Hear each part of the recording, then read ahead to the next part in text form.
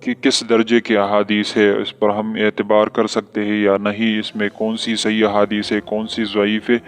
تو یہ ساری چیزیں میں آپ لوگوں کے ساتھ شیئر کروں گا انشاءاللہ اگلی ویڈیو میں. ان باتوں کی وضاحت اس لیے ضروری ہے تاکہ آپ لوگوں کو معلوم ہو جائے کہ اگر کوئی کل ایسا نہ ہو کہ ان باتوں سے استدلال کرے. اور جیسا کہ آپ سب لوگوں کو معلوم ہے، محمد قاسم کی مخالفت بھی انہی باتوں کی وجہ سے کی جاتی ہے کہ وہ ان غیر معتبر باتوں کا سہارا لے کر